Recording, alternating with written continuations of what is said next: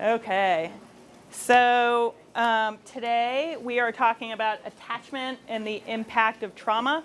But before we get into that, I know I have thrown a whole lot of information at you guys over the last 2 weeks, and I didn't know if anybody had any follow-up questions or anything that they wanted to revisit. Of course, you can all, yeah. I'm glad you asked, because I was talking to my 16-year-old in the car about how alcohol has permanent damage on Yep. the brain. None of the other drugs have It permanent varies. damage? Alcohol is the one that definitively has permanent damage. It alters the brain, and that's something that you can develop coping skills for, but the permanent damage is done. Whereas the other ones, your brain can, the wiring can basically go around anything that might be lacking or compromised by the drugs. So, yep. And so much of it depends on the environment. If a child is raised in a supportive, consistent, loving environment, their outcomes tend to be, in general, tend to be just as good as any other child. Of course, it's all very child specific. It depends, was it just heroin, or was it heroin and alcohol, or it depends on all the different factors. But yes, in general, alcohol is the one that it's much more difficult for the child from a lifetime perspective, whereas the other drugs, kids usually recover pretty well. Yeah. Any other questions? Just super quick. Yep. You probably did say this last week, but Then do I you love have, those kind of questions. Like a general idea of how many women in a given community, let's say Northampton, East Hampton, area, how many women are getting some form of prenatal care in which some kind of a screening could be done that'd be like, hey, Right. you indulge in blah, So, blah, blah. If you do, right. we set you up with blah, blah, blah. I don't know specific numbers, although in my experience, it's a general question that is asked of all parents or pregnant parents. I think it's standardized in general because, of course, you can't always tell who's the person doing heroin unless, of course, they're high at the appointment or they don't come. Although, with that said, an interesting flip on it is when parents give birth. If you are a woman of color and you're in an urban setting, your likelihood of being tested and your baby being tested is through the roof. Whereas if you're a white woman giving birth in Springfield, they'll probably be like, well, good luck to you. Don't let the door hit you on the way out. So, and that's something that DCF is aware of, but it's a practice that hasn't really shifted. And it's, people bringing their own stereotypes and making assumptions about the way people act while they're in labor or before or after, and deciding, well, we're definitely going to test you. So, and sometimes it catches cases, but there are also cases that totally escape out the door. I mean, I worked on a case, and then we'll get to this, but I worked on a case with a set of twins where it was a white couple, very upper class. They had been trying to get pregnant for about 5 years and had done everything under the sun. And it just happened to be that the father was a total alcoholic and the mother was using heroin. But those babies didn't come to anybody's attention until the nanny reported them because the mother kept falling asleep on the babies. And so they came into care at 3 months. But nobody tested her because she was an upper class white woman. So they assumed, what issue could you possibly have? And interestingly enough, they both ended up losing their parental rights to those kids because they weren't able to successfully complete treatment, and the nanny ended up adopting the children. And then within a year of the adoption, both parents died, one in an overdose and one in a drunk driving accident. So, but the babies are doing great. They're amazing, amazing little kids. So, okay, any other questions? No? Okay. So today, obviously attachment is a really important component of the 0 to 3 population. It's when attachment is really being solidified. What I want you to keep in mind, though, is as with everything else that I've mentioned over the last 2 weeks, nothing is ever firmly done. Like, there are windows where things are easier to shift than others, but if there's an issue with attachment, there is no need to, write off the child or say, well, they could never be functioning in a sort of typical family, because there's always reparative work that can be done. The thing is, the earlier that it's identified and the earlier the treatment is in place, the better chances the child has of functioning sort of in the more normal realms in terms of relationships. So the objectives today, basic understanding of attachment theory, its implications for working with infants and toddlers, understanding the importance of attachment for early development, distinguishing between secure and insecure attachments. And when I say distinguishing, it's just a good thing, I think, for teachers to have in their heads, but this is by no means suggesting that people should start diagnosing kids with different attachment styles.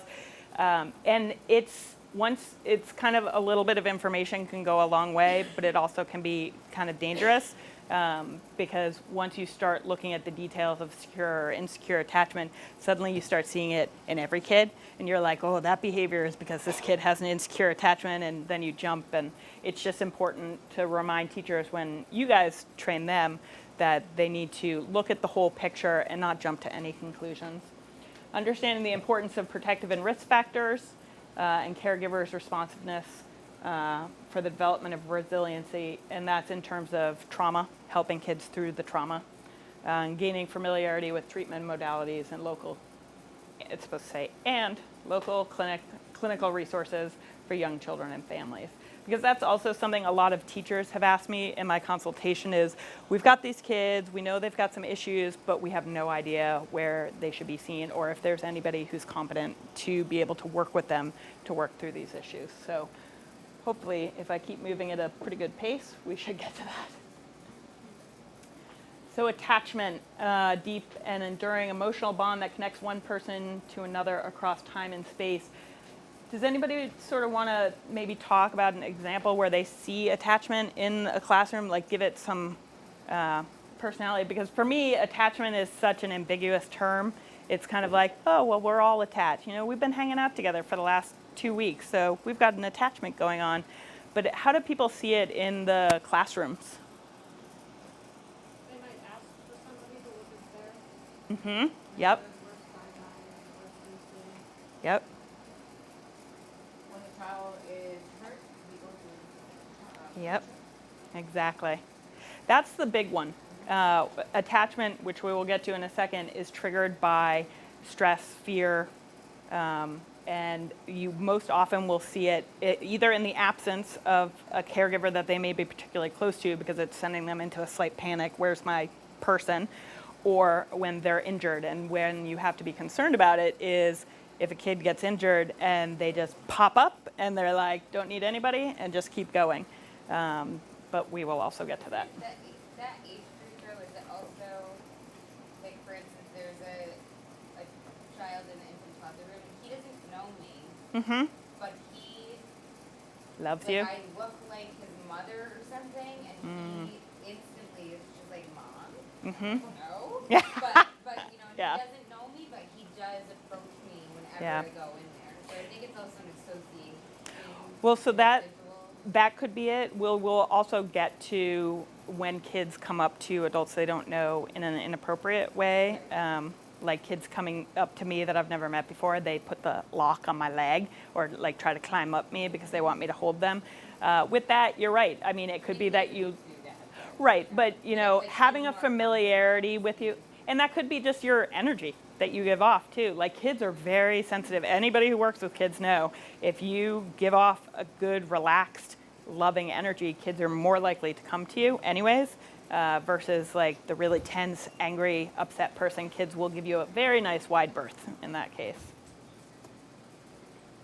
So attachment theory surprisingly did not evolve until the 1950s. Before that, basically, theorists thought you can pat a kid like you pat a dog, but it's really got no benefit. The child wants to stay close to the parent because they get food and they get their basic needs met. There was nothing about love, attachment, anything like that. And some of the some of the stories that I read from like the 1920s, they were like suggesting parents not put their kids in their lab. Don't touch your child unless there's some specific basic evolutionary reason why you need to, like I'm feeding you, because they thought it was unnecessary and it kind of promoted weakness in the child. Or so. So the two big initial theorists were John Bowlby and Mary Ainsworth, who was one of his students and then took his work to the next steps. So the big things that they came up with were that infants are pre-programmed to form attachments because it'll help them survive, which is true, and that's actually not that far off from what the people in the 1920s thought. They just didn't term it as attachment. Attachment is triggered by a threat of separation from the attachment figure, insecurity, or fear, which is something that we see in classrooms all the time. The most critical time for attachment is between 6 months and 2 years. So that was really new and kind of revolutionary for this time period, because a lot of people didn't think kids this age even had feelings or emotions, or they were just sort of little miniature people that just went through life. But he basically was saying, no, this is a really critical time, and this is when you need to start building the foundation for attachment. And the attachment figure is a secure base. That's something that Mary Ainsworth came up with later.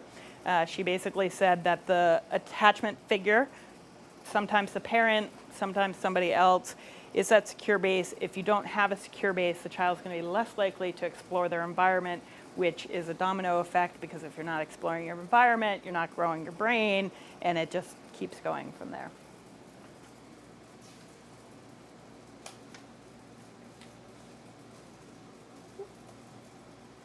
So this is just sort of I'm not going to go through it in detail, but current theory on it. It really hasn't changed that much from the 1950s. The internal working model is one of the aspects that has sort of been fleshed out over the last 30, 40 years. And it's basically just taking it the next step, saying that attachment is really important, and it's not something that is just designated for 0 to 3-year-olds, that it affects your entire life. So if you have a disrupted attachment in your very early years, it's going to show up in your relationships as an adult. And then separation anxiety and grief follow the loss of an attachment figure. So that's something else that was really big, that people thought, well, kids are resilient. I still hear this even today. Kids are resilient, they lost a parent, but we've got a foster parent for them. It'll be the same, it'll be fine. Or they've been in a foster home for a year, but we'll move them to another one. They're resilient, they'll be fine. It's, they have all their basic needs being met. And the kids do go through grief and loss, and it doesn't look in the same way that it does with an adult. Most of you are probably familiar with the stages of grief. That's really only applicable to adults. Kids are all over the place. One minute they're really angry, the next minute they're trying to bargain with you, the next minute they're upset, and that's what makes it even harder to read how a child is doing in terms of the loss of an attachment figure.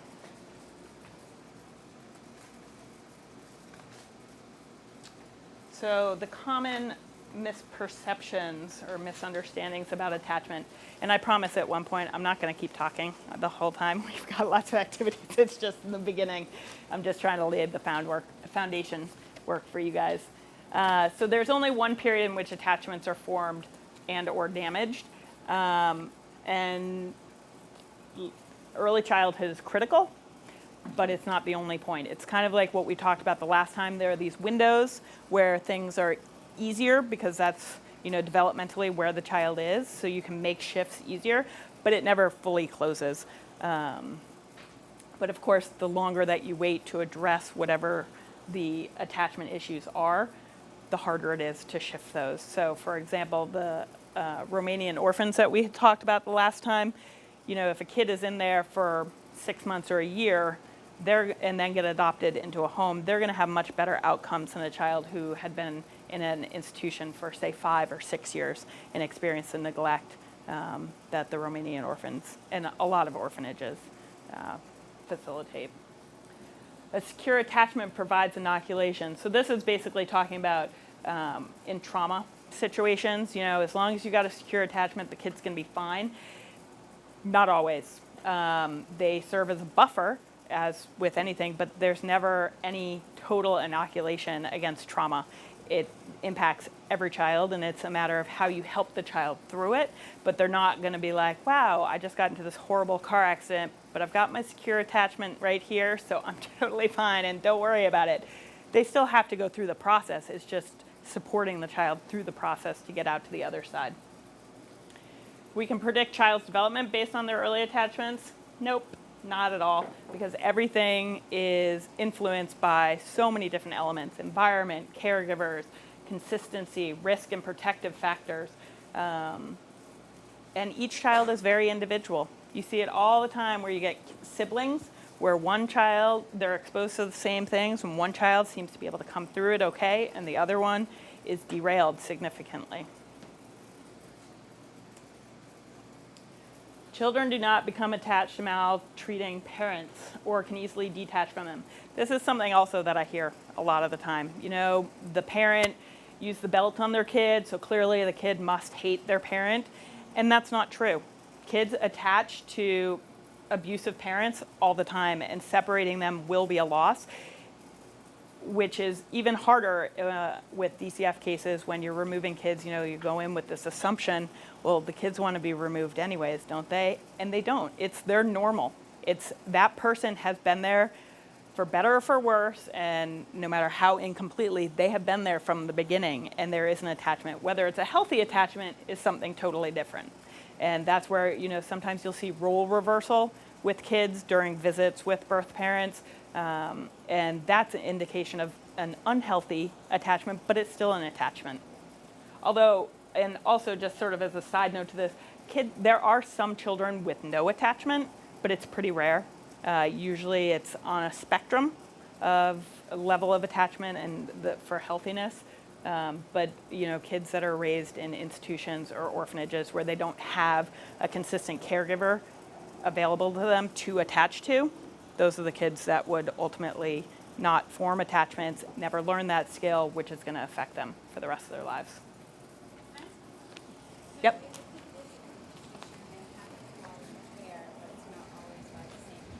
Mm-hmm. They can attach, it's just infinitely harder because kids' needs don't rotate on an 8-hour work schedule. So, you know, the child is likely to develop attachments to multiple people if those people are consistent, but it's not going to be as strong as, say, if you've got one or two people that are there all the time. Because for that child, you know, they then are not sure, is that person going to be here today? Because the way you engage with the child and you meet their needs may be very different than the way Patricia does. And it's not saying it's better or it's worse, it's just different. So it's a different language that the child needs to learn, it's different cueing the child needs to do. And so if they just need to focus on you and reading and going back and forth with you, that's going to be a lot easier for them, and then they can use that extra energy to explore the world and do everything else that they should be doing at that age. But if they need to think, oh, well, Lisa's here today, so I've got to, you know, cue this way, and I need to ask her for this, or I need to pull on her for this, and then Patricia shows up the next day, oh, it's Patricia today, so I can't cue like this because she doesn't like it, so it just takes a lot more energy for the child. That was a very long answer too. They would form attachments, but it's going to be harder for the child. Yep. So there are some studies that say that childcare for kids under 6 months, you develop attachment difficulties. And I don't mean attachment difficulties in the sense of, you know, like severe reactive attachment disorder where the child's not able to attach to people, but there are disruptions in the attachment. And because in a childcare setting, it's going to be multiple kids, multiple caregivers, and it's harder for the child to get their needs met. No matter how astute the teachers are, the setting just doesn't really accommodate it. And that's one of the great things about the primary teacher model too, is then the child knows who their person is, so it's less stressful on them. But you figure a child under 6 months has very few coping skills, and so they need to sort of focus their energy on exploring their world, growing, doing all the basic things. But then if they have to shift their energy to, are my needs going to be met? How can I read how this person's doing? What's going on? It's going to impact them. So, and that's not to say kids shouldn't be in childcare, because that's the reality of our society. Most parents need to put their child in childcare. It's just there's a huge difference between kids going into childcares where there is staff who are attentive and understanding, and there is a model of healthy, good caretaking going on, versus, you know, a childcare setting where everybody's sort of loosey-goosey and all the other kids are running around and it's chaotic. It's going to influence the child too. Children's relationships with their mothers are the most important. Nope. They can develop attachments to several different caregivers. It's really whoever is best at meeting their needs for specific things. So their mother may be the person that they go to for feeding, but their father may be the person that they go to when they scrape their knees.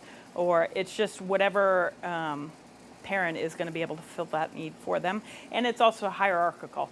Like if you put a child in a really traumatic, stressful situation, they are almost always going to go to that same person who is their primary attachment figure.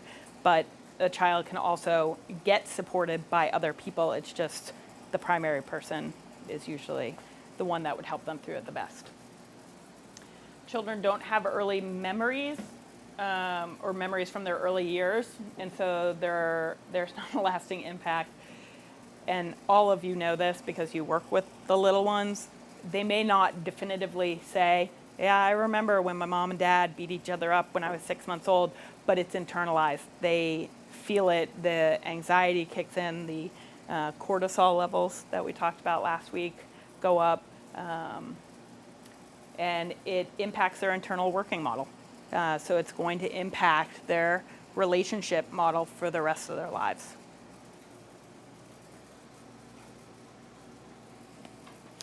So does anybody have thoughts about why attachment is important? It's a secure base for exploring the world. Yep. So why is it important though? Like, why do you need to have a secure base? So you know there's a safety net. Right. If something happens, you can explore it. Mm-hmm. Exactly. Anybody else? Gives you clues about how to operate. Mm-hmm. Exactly. It helps with your internal working model because babies don't come into the world knowing this is how I function in a relationship or in this world. But you practice constantly with your primary caregiver or your primary attachment figure, and you figure it out. Mm-hmm. You would think it impacts all your social relationships throughout your life. Exactly. Yep, it does. You know, people think, oh, 0 to 3, they're fine, they're little ones, they'll continue on through life. But what happens during that phase in terms of attachment, you see a ripple effect throughout their entire life, and particularly in relationships. I can think of adults, many Yep. adults that I've run into over the years that like Yeah. doesn't have I don't think there's a healthy sense of attachment to others. Mhm. It's either I want everything from you, Mhm. just like not able to connect. Right. Exactly. And it's interesting to look at people's history and sort of think what happened, or what was your experience that led you to this as an adult. And sometimes it's temperament, sometimes it's experiences. It's usually a combination of a bunch of different things. But yeah, that's how as adults we all get to be a little quirky and a little weird, and sometimes it's a lot quirky that you really start seeing it impact your relationships. So babies develop their sense of self. As we mentioned, over the last 2 weeks, babies don't come into this world being, hey, this is who I am. They have to develop that internally and externally. And doing that in the dynamic of an attachment with a primary caregiver is the healthiest way for them to do that. So this is what you guys had said, that the quality of the relationship has a profound impact on the social emotional development, personality formation, social competence. This is how, there are tons of studies about separated twins where you would think they would either be very similar, identical twins, and the quality of the relationship with their adoptive parents or their foster parents, whoever they ended up being placed with, impacts how they are as an adult. And twins are a great way to look at it because, again, twins, you get the parallel. There's always comparison, but when they're in different environments and with different caregivers, having different experiences, they can vary widely. Influence the ability to maintain commitments at work or school. This is kind of also what we talked about the last time. If the child is constantly in high alert because they don't have their secure base to feel confident that they're going to be protected in case of emergency or fear situations, they need to focus all of their energy on self-preservation, so they don't have the capacity then to be able to commit, or they don't have the capacity to be able to focus on the other aspects of life. And then you start seeing it in school when kids get into elementary school and they can't concentrate in class, and then everyone's like, oh, well, they totally have ADHD. They might have ADHD, but they also might have a trauma history or a poor attachment, and they're in hyper alert all the time. You see it in preschool. Yeah, yep. It will impact their ability to raise healthy and happy children of their own. Just because if you have an experience as a child, that is going to influence your relationship with your own children. Not necessarily in a bad way. I mean, there are cases where somebody may have been a victim of an abusive parent as a child, and they don't abuse their own children. However, studies have shown that if you experience abuse as a child, you have a higher rate of then abusing your own children. Because again, it's this internal working model. What does the world say to me? How am I going to express myself in the world? That's okay that I've been beaten as a child, therefore it's okay. This is what I know on how to discipline my child. And again, that is not by any means the standard. I've totally met parents who had very traumatic and abusive childhoods that are doing fine with their own children.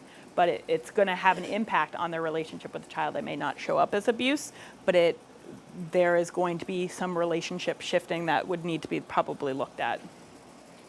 Mm-hmm. It seems like that's also another area parents are really influenced, especially by the relationship at start. Mm-hmm. Or any quality childcare, because they're getting a different model Yes. for interacting with young children. Yep. And that's really key. I mean, if you think of your childhood as being abusive or unhealthy, what model are you going to use with your own children? You may want to change things, but do you know necessarily how? And being part of an early Head Start program or working with other professionals that can shift that model with you is what's fantastic about the early Head Start programs or the child care settings in this area. The parents or the site supervisors seem to work really well with the parents on this isn't really working, and how can we shift it together? So informing the child's views of future relationships, impacting the child's ability to learn and grow, building trust, empathy, conscience, compassion for others. If you're not shown compassion as a child, that's not a skill that you're going to be learning. So why would you then just inherently do it as an adult? And again, sometimes even if you have these crazy, horrible parents, you can still turn out to be a fine adult. It's just harder. So the emotional stages for engagement, I'm just going to pop these up.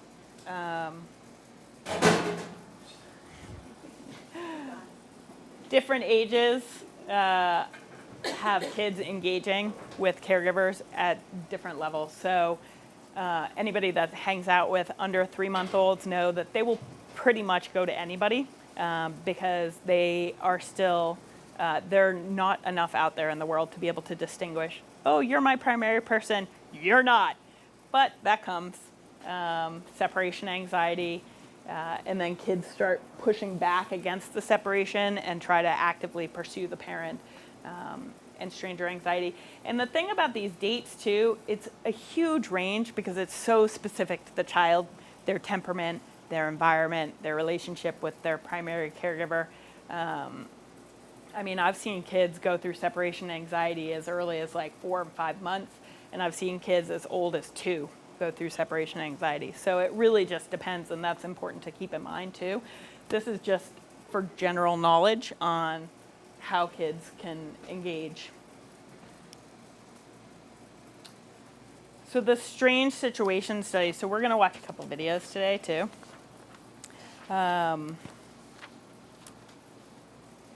So this is a study that was done by Mary Ainsworth, one of the original attachment theorists. And she looked at kids that were between 12 and 18 months responding to a situation in which they were briefly left alone and then reunited with their mothers. And so you see, I've mentioned the attachment patterns that kids can have, the different types of attachment, different styles of attachment. This is the big study that this came out of. So she basically observed all these different children and put them in this situation that would trigger attachment, and then saw how they engaged differently. So, and some of this is this British guy talking, and it's not really necessary to listen to him. So, yeah, why don't we do the lights? And I'm going to try to fast forward parts of it that are not actually about the study. And you also, unfortunately, will not be able to hear it because my speakers are really tiny. But I just want you guys to pay attention to the child's behavior. And then there are 2 children in this, and I'm going to stop it after the first one. We're going to talk briefly about what you saw. And then we're going to move on to the second one. And we're going to talk then about what the difference is between the kids.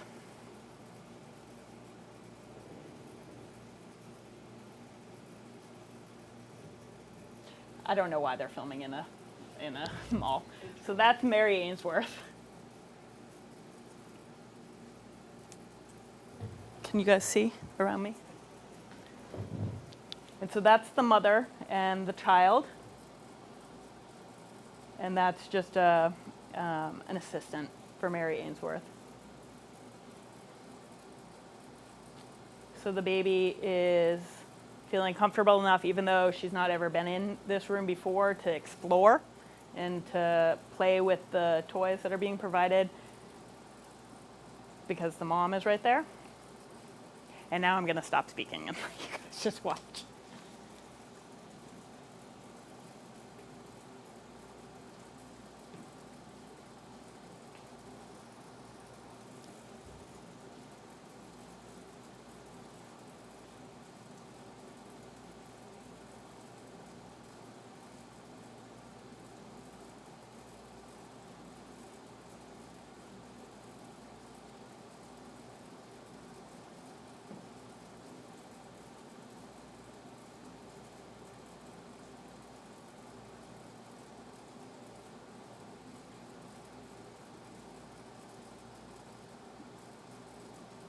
So this is a total stranger the child's never met before.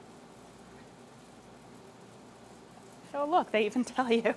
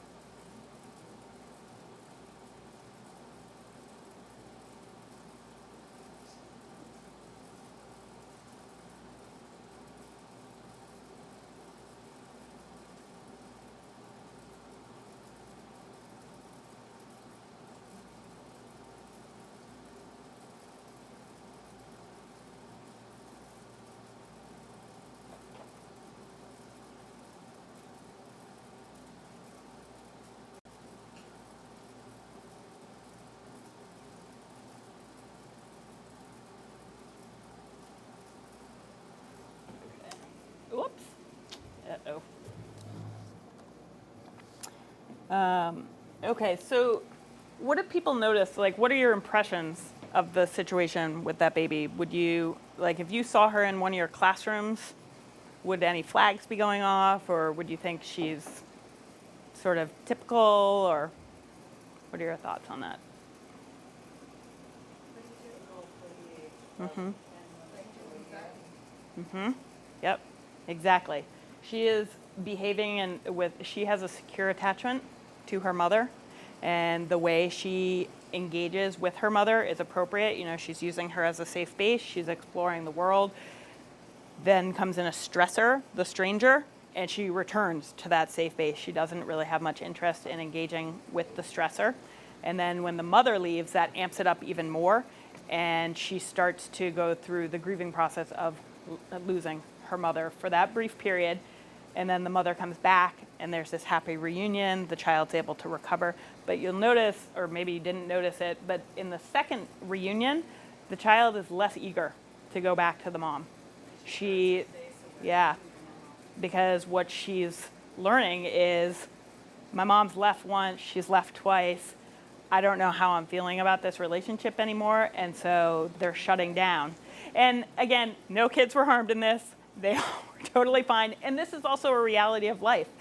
But the important thing is the child's able to recover from it because she has a secure attachment with her mom. Ultimately, her internal working model is saying, this might be really stressful. My mom may have left me twice, but she's coming back for me.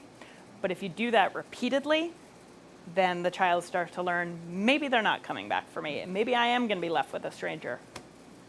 So I'm going to do my best to try to forward this. Okay, so this is the second child, not them.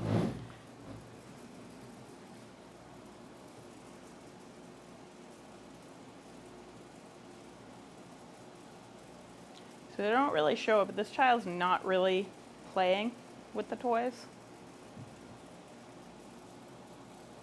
So the mom just left.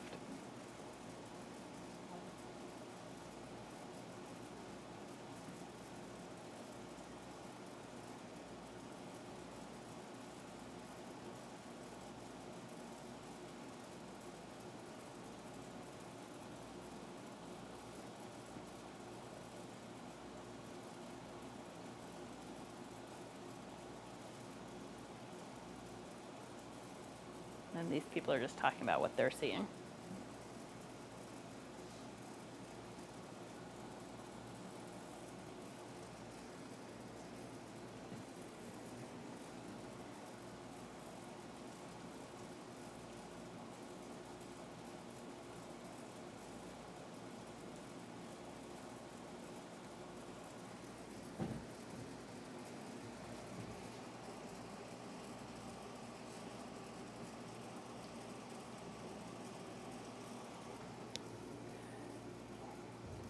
What are people's thoughts about what's different in this case versus the first little girl?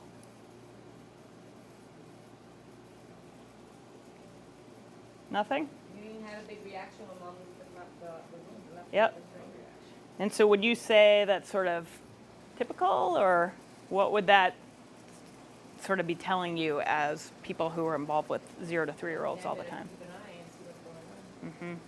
Yeah, because you would think a stranger comes into the room, attachment should be triggered, and this child is basically like, that's okay, my mom can leave, not a worry. I'm left with a total and utter stranger. I'm not stressed about it, it's fine. That's not the way a child with a secure attachment would be engaging, because a child exists within the relationship with their primary attachment figure. When that person leaves, it causes a stress in the child. If it doesn't, that's indication that there may be something that's off in the relationship between the child and the parent. Would you say that those children were the same age? No, I think the second one was younger, would be my guess. And let's see if I can just... He also doesn't seem Ugh. as concerned about that. No, not at all. And the section, if I can ever actually get to it, will show you some more about that. Okay, we're just going to watch it on the little screen for a second. Okay. So this is still the stranger that's trying to engage with the child. And with the last time, as you'll remember, the little girl had zero interest in engaging with the stranger and actively tried to roll away from her.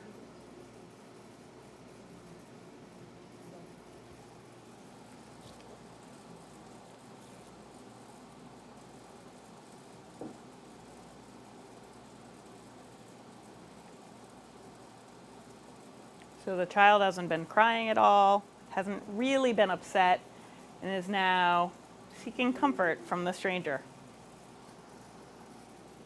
Okay. And now the baby is sitting in her lap.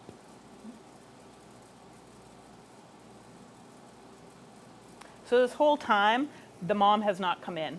And there are lots of, you can go onto YouTube and just search for stranger situation study, and you can see multiple different clips and different kids.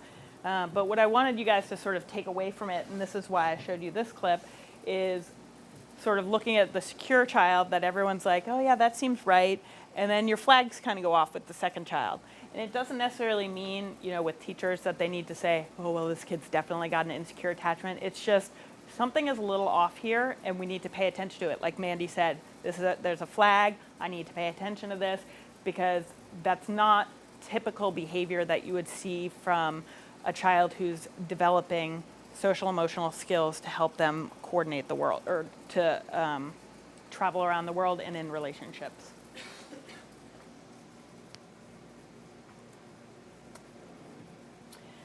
So this is another video. It's the rhesus monkeys by a theorist.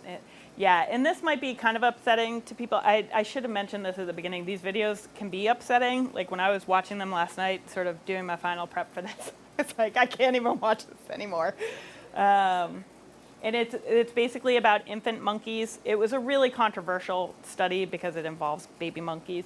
And the monkeys were removed from their birth moms shortly after birth and then raised by a surrogate mom, which is a wire monkey with cloth wrapped around her.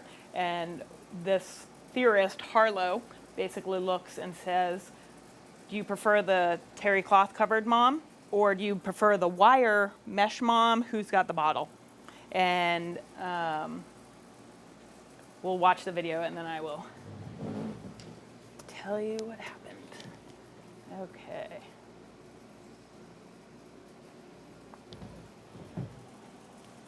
And it's hard because the little baby monkeys are really cute.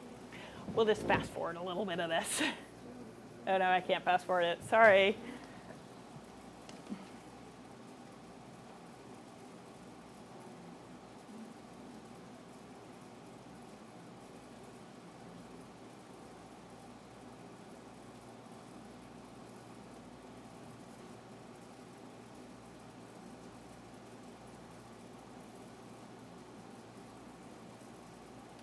So there's the mom that was raising them, and most of the time they just put the bottle in there.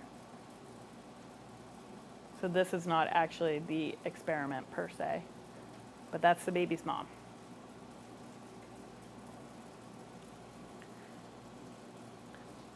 So you'll notice too, when the researcher puts the baby monkey in there, the baby monkey doesn't resist. The baby monkey just goes right away, grabs on, starts eating. And you'll see the comparison with this situation.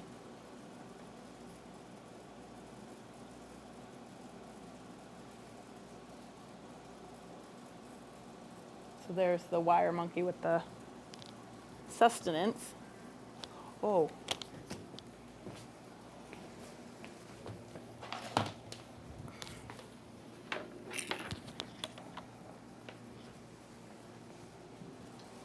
Oh, I'm sorry. I thought this was, there's a time when the baby monkey just freaks out and doesn't want to go in. But look, the baby doesn't even pay attention to the bottle because like with all infants, it's not just about the basic food needs or shelter needs. It's about love, attachment, comfort.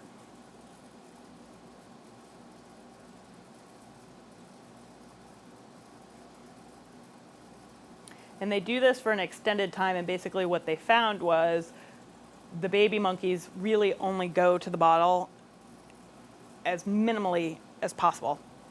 So they'll go over there, get some sustenance, and then they go right back to the cloth mom.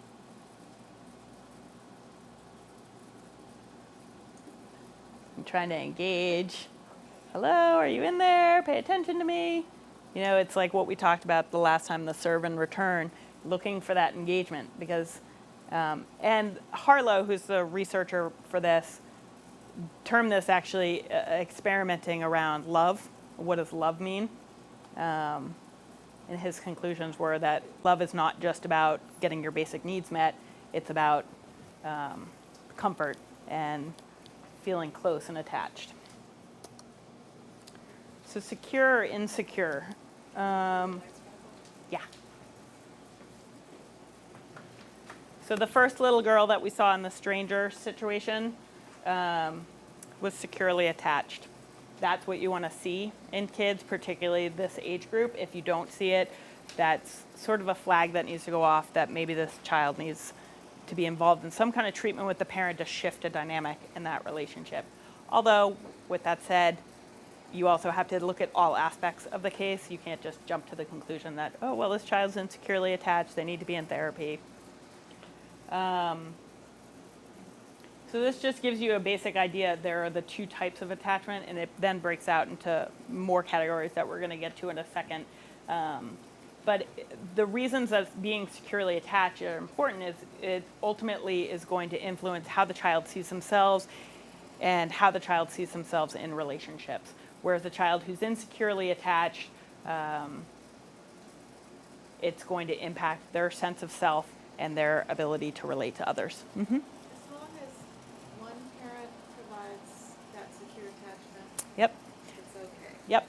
If The one child, parent is exactly. distant I mean, that's going to influence the child, particularly if they're really involved with the child, but what will ultimately get the child through stressors, trauma, any kind of fear situations is that person who they have the secure attachment to.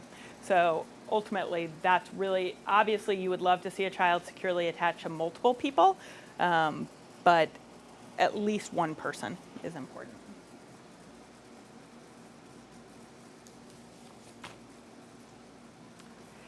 Yeah.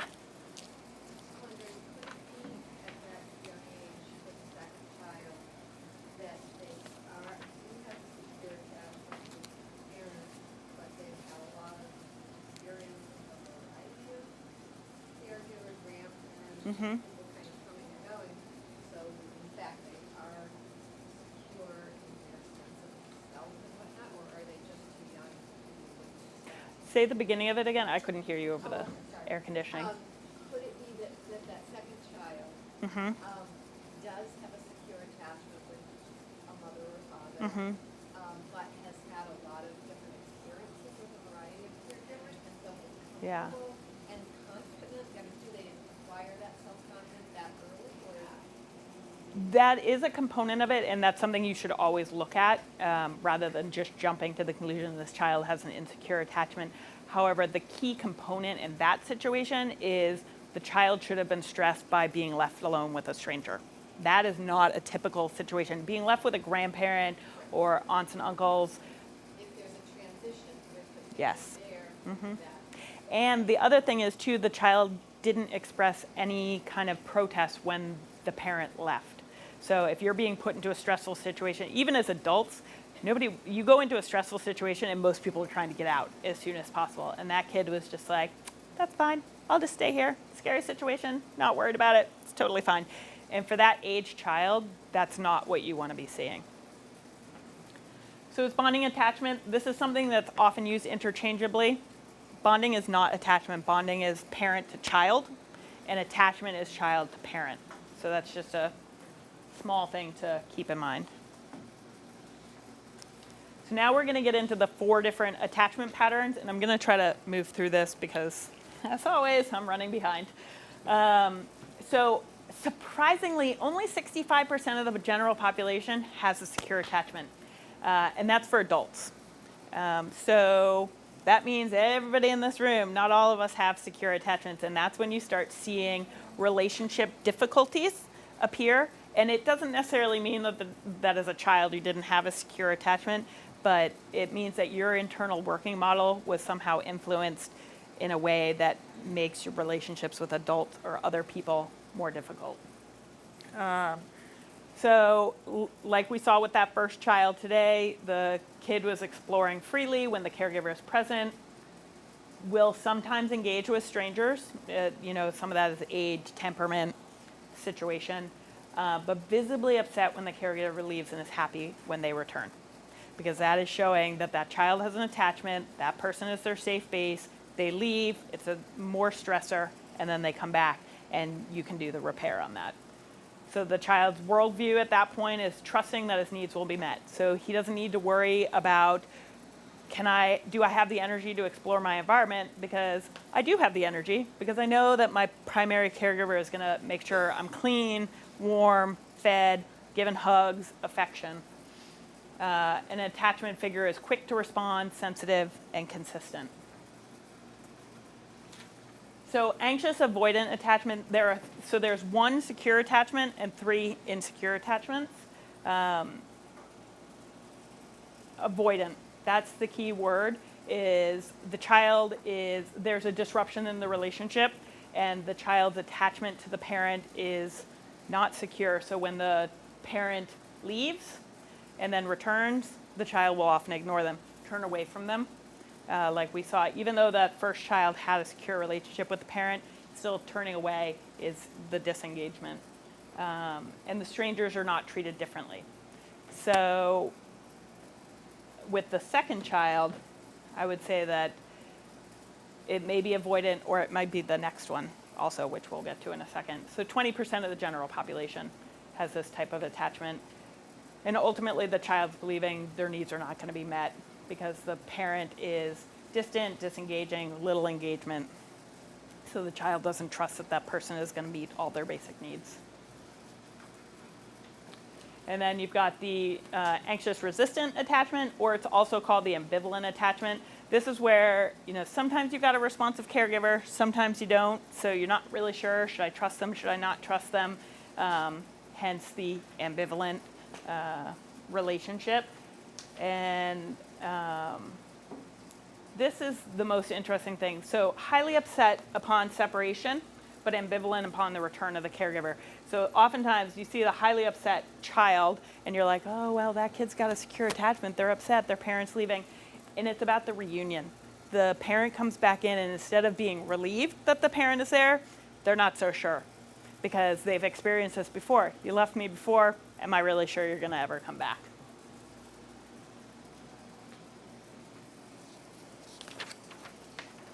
Oh, and just to go back for a very quick second.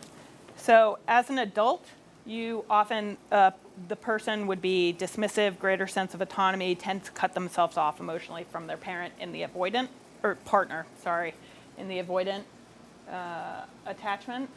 And then with this, you get the adult being preoccupied, fears rejection from the partner, strong desire to maintain closeness, because you figure you hold on tighter, and that person's less likely to leave because that was what you were taught as a child.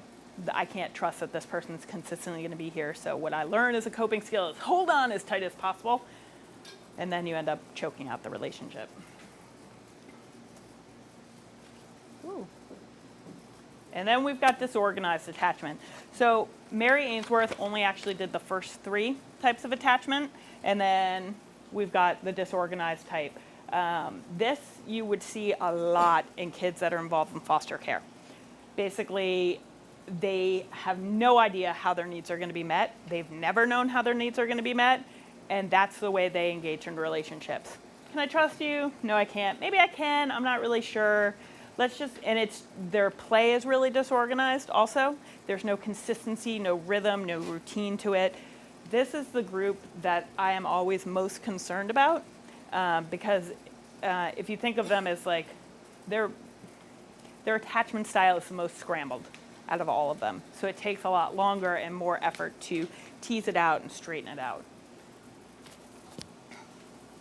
As an adult, you get a dissociation a lot of the time, particularly when talking about past trauma, anything that triggers fear, they just want to dissociate from it. Have these percentages changed in all of the last like 15 years? 'Cause I remember taking child development like when I was like 16, and I think I remember like more people, like 80% or something had secure attachments. But I don't know if that was just like in my brain. I thought, but I thought it was like higher than that. For some reason, It could be. These are very recent numbers. So, and you know, of course, as this field evolves too, people are becoming more sensitive in determining, did this person have a secure attachment or not. It's kind of like autism, and the rates of diagnosis have gone through the roof. And is that because people are better at diagnosing it, or is it now that everybody thinks everybody's got autism? So you never really know why the numbers are shifting, but. So I take it all with a grain of salt. But it's just important to know not everybody has a secure attachment. Like you think sometimes as an adult, if you're high functioning, you must have a secure attachment, you've got a healthy relationship. That's not always the case. Sometimes, you know, we fake it till we make it kind of thing. So reactive attachment disorder, I just put this slide in here because I think this is another term that really gets thrown around a lot. Like you see the kid who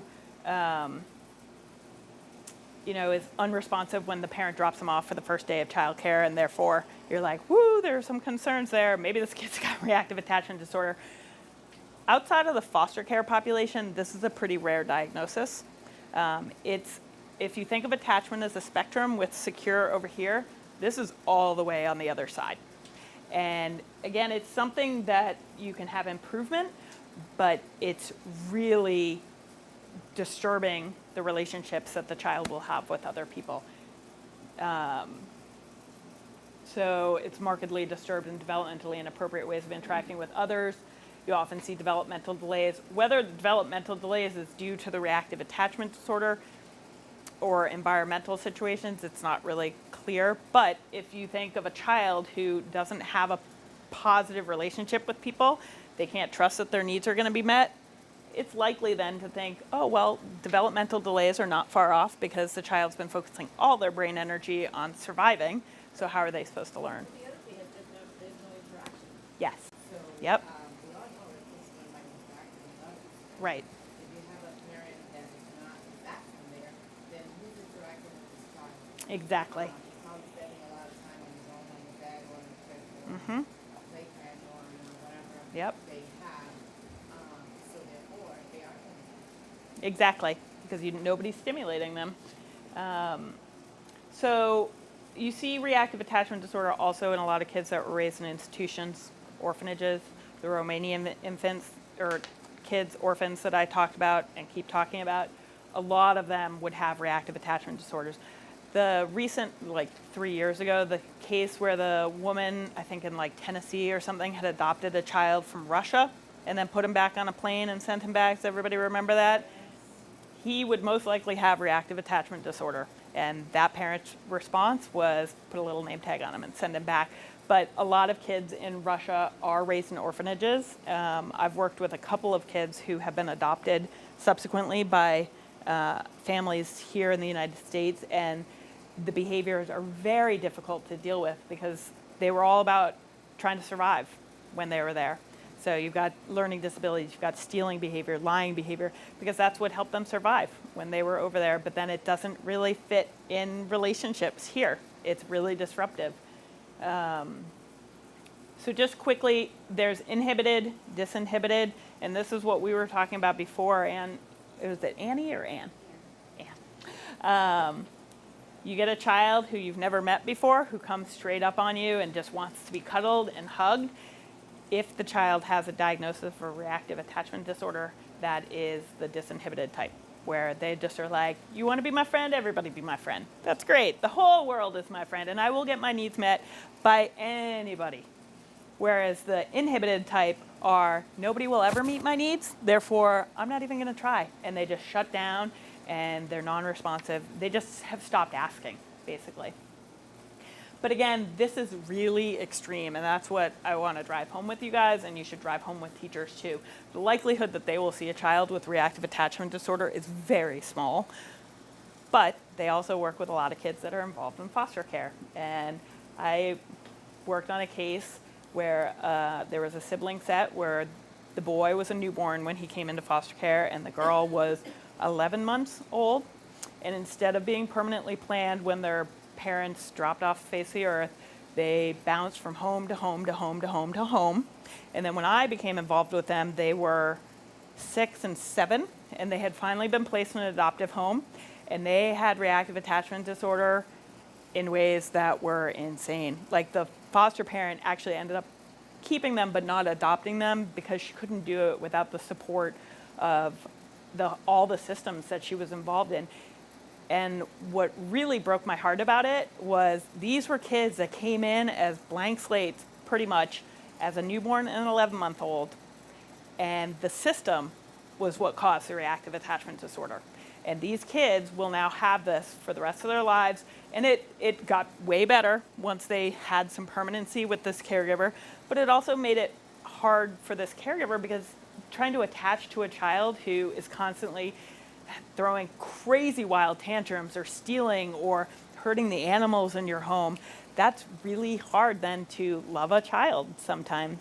And the kids felt that from this parent, and luckily the person wanted to keep them and worked regularly with a therapist. But it's a life struggle, and not to do too much finger pointing, but it was the foster care system that did it to these kids. That's why I've had conversations with my coworkers about that exact situation. And that's why I guess we're batting around, orphanages and institutions. Their quality, isn't that better than being bounced around like that for 7 years? Well, I think it's kind of a flip of a coin. Yeah, I don't think so, either one is going to be better. You keep getting this idea, should we do 24 hours a day, Yeah. 7 days a week? So it's, But in some ways, though, you're still changing caregivers. Yeah. It's just on a more frequent rotation. And, right. in theory, yes, it would be the same people every couple of days, but, or versus kids that are in a home for, let's say, 6 months to a year, and then they change homes and they're there for 6 months or a year. I don't know. I mean, I think it depends on the child. I don't think either situation is good, and either one is going to lend itself to attachment difficulties for these kids, which again, as adults, we're kind of like, well, that's really tough for you, but this is something they have to carry with them for the rest of their lives, and it's going to impact their relationships for the rest of their lives. And I would love to say that we have services available to help kids through that, but one of the key components is having a primary caregiver who is consistent and there for you to be able to repair that relationship and repair that attachment. And if you're constantly bouncing from home to home or constantly in an orphanage where there's no consistent caregiver, the likelihood of finding somebody to do treatment and repair that basic foundational attachment is just not there.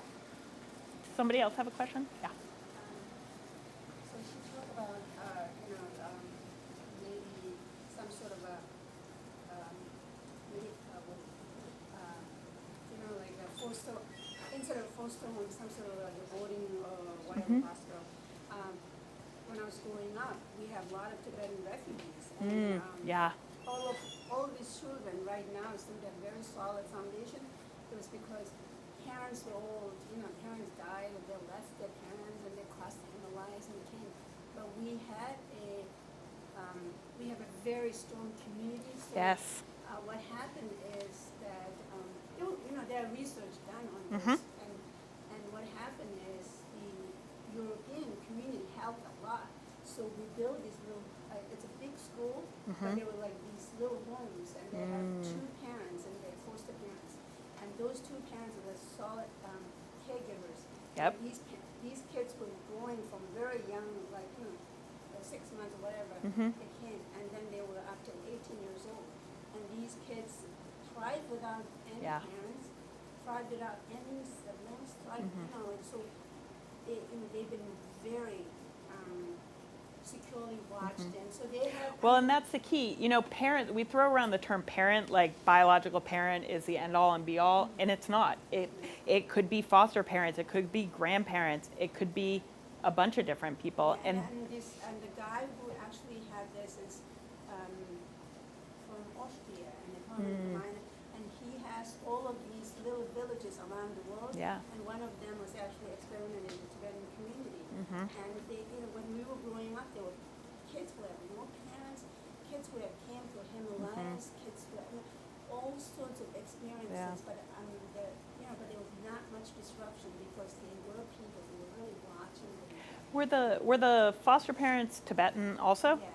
See, and that makes a difference too. You know, you've got foster parents who understand the culture, understand what these kids have been through, and they can have that empathy and understanding about, well, you might be acting like this because either it's culturally appropriate or we understand the trauma that you experienced, therefore these behaviors have come out. Because there are so many kids out there, Yeah. and they have routine. In the morning you get up, you do this, Yes. you do that, and so everybody's doing it. And you sort of find a bond in there. But there was a child who was brought from Africa over here by one of the professors, and at Richfield School, the child was in the library, and it really disturbed me because the child was like 9 or 10 years old, and they were having a meeting. So here's this long table, and they're all surrounded by white women. They were discussing about this one child. And there was one gentleman who was supposed to be watching the kid, and the man is a ESP, like educational support professional. So as I was entering in, and I didn't know there was a meeting going on, and I entered in. That kid came wanting to me because the child's black, and the child saw me, and he kind of, so Yeah. he came running to me, and I started hugging. Everybody started getting off on the chair and running after me. So I was like, oh, that's weird. Could he be thinking that he's in Africa and there's the wild colonialism? Like, I'm It just could be. analyzing It could be. Oh, so I was Well, so and petrified. but the sad thing about that is that's a possibility. Yeah. That maybe this child, when he was pulled from Africa, was chased down by the white social workers who were trying to help him, but they brought him over here, and there's nobody that's culturally sensitive. And that's the other thing about this that I forgot to mention at the beginning, is this is very much from the Western perspective, and I don't necessarily know if it's from the white perspective, but, well, I mean, that's the dominant culture, so, and that's a lot of the researchers and a lot of the kids that are being looked at are white, so, but, that's something that often gets forgotten about, and I know we're not having a conversation necessarily about race and culture, but when you're part of the dominant culture as a white person, it's really easy to think, well, this kid's got a better life, so what could they possibly be missing from Africa or from Tahiti or from Thailand or from China? And because it's not the experience of the white caregivers, all the U.S. culture is predominantly white. And so why would you think, unless you stop and actually engage with people of color, why would you think, oh, I need to change to accommodate the needs of this child who is not white, but is being raised in a white home, is now being raised in a predominantly white community? And that we could have like multi-day training on that. And I do just want to mention very quickly that I feel like this training in of itself doesn't really take into account the cultural aspects of attachment, brain development, early childhood mental health, and I apologize for that. Do you know if there are any cross-cultural studies on attachment? I don't know. Well, actually, that's not true. I know that there are a lot of studies of interracial adoptions and attachment as a component of that. And most of the studies that I've read are older, like 70s, 80s, 90s. And it so depends on the parent, or the adoptive parent, and how culturally competent they are to be able to raise the child so that they have a internal working model that gives them value in themselves as a person of color. And I think one of the biggest issues that I don't know if it's really been dealt with in the adoptive community is white parents adopting children of color and raising them as white children and assuming, you know, well, why wouldn't they want to be raised as white? And right now, I have 2 Latino baby boys, and that's one of my big issues is how do I raise these children competently as a white person, and, you know, providing all the basics around brain development, attachment, but, you know, through the lens of these children are not white, they're Puerto Rican, and I need to help them to embrace that culture so they have value inside themselves and they can bring that to relationships with other people. Yeah. There is a professor in Rapid Family, Patricia Ramsey, Mhm. who has been early childhood and multicultural education all her career, but she's now doing a lot of research and teaching seminars and things on cross-cultural adoption, focusing on how children adapt later on as teenagers and so Right. forth. And so she's been, you know, spurring the interest around the world when she goes to conferences Yeah. and, is cultivating interest in Yep. colleagues and so forth. So we now have an undergraduate seminar. That's great. Yeah. And you know, it's also great in some areas, there's obviously more diversity. And so they've created these frameworks that then can be brought into areas that may have less diversity. So, but, so the circle of security, this is just something, it's just a visual on how kids view their primary attachment person as a secure base. It's all about having a secure base. I need you to support my exploration because that's what kids need to do at this age. Watch over me, delight in me, help me, enjoy with me. So it's all about the relationship. You're engaging with this child while they're exploring the world, which is what they should be doing. But then they can't always be out there. They've got to come back at some point, either for some basic need inside themselves or some fear reaction or something that's triggered it. And then you need to be available and welcoming to that child when they come back. And when this gets broken, that's when you start seeing disruptions in attachment or different patterns of attachment. Yeah. So temperament and good fit. No,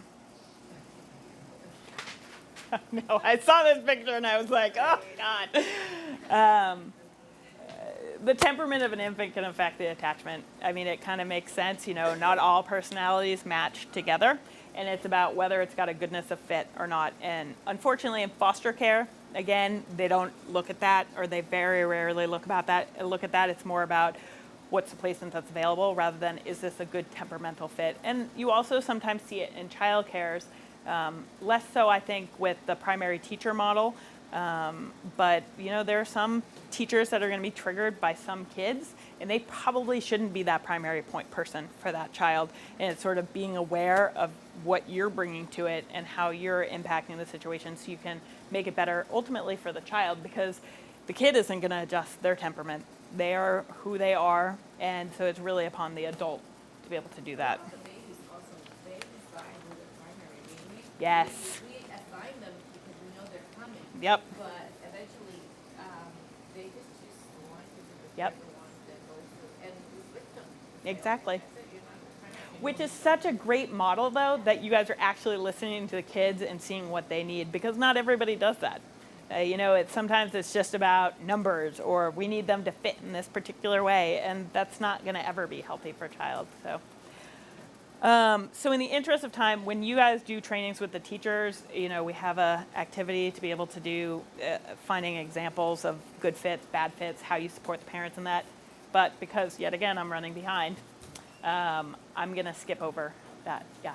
Sarah, I'm also thinking when they're presenting to others, talking, maybe having a discussion on how they promote Yes. attachment between, Mhm. well, with the caregiver, but also between The parent and the child. parent and the transition. Yep. And the other thing is sometimes parents feel nervous if the child becomes attached to the teacher because they can assume that the Right. attachment with them will be impacted. So just cuts and then. And that's a great thing to talk to teachers about, how to talk to parents about that, because it's kind of an awkward conversation. Like teachers, you know, if a parent came at me and was like, my baby loves you more than my baby loves me, that's a really awkward conversation to have. But it's also the reality of the situation that the child is going to be in that child care setting every day. So how do you make that parent feel more secure in their relationship with the child so that ultimately it doesn't impact their relationship, you know, resentment doesn't come up, or, you know, these feelings of, well, why don't you just go be with your teacher because you love your teacher more anyways? Because it's healthy for kids to form attachments. Like if they're in a childcare setting, they should be attaching to the teachers. But sometimes parents feel that as a threat, and that may be their own stuff that's coming up, their own childhood that may be coming up.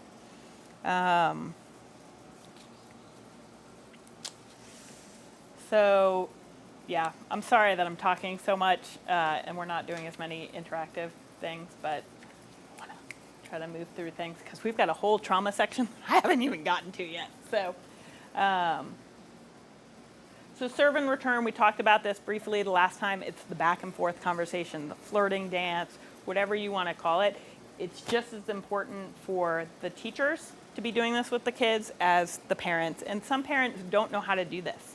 If you grew up without a parent who was there consistently for you, you may not know, I need to engage with my child in this way. I need to respond. When they're cueing me by laughing or smiling, I need to do that back to them. And the parents may feel silly about it, or you know, it just may feel really foreign to them. And that's something that teachers can really help parents with by modeling that behavior. Because if teachers can do it with the kids, the parents can do it with the kids. And it's a real key component to forming a healthy attachment. Okay, so we are going to do one activity. If everybody could count off 1, 2, 1, 2, 1, 2 around the room.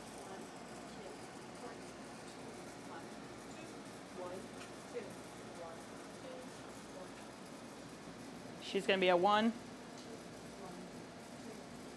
Okay, if all the 1s could just come over here for a second, and you 2s just hang. So 2s, match yourself up with a 1, probably the person next to you, since we counted off 1, 2, 1, 2. And I'd like you guys to take about a minute just to talk about some of the most interesting things that you've learned in the last 2 weeks in this training.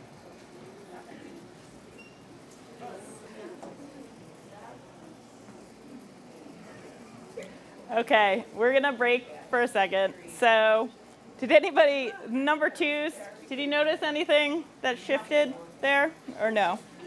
I know there were some more successful opportunities than others. Anybody that was a number 2?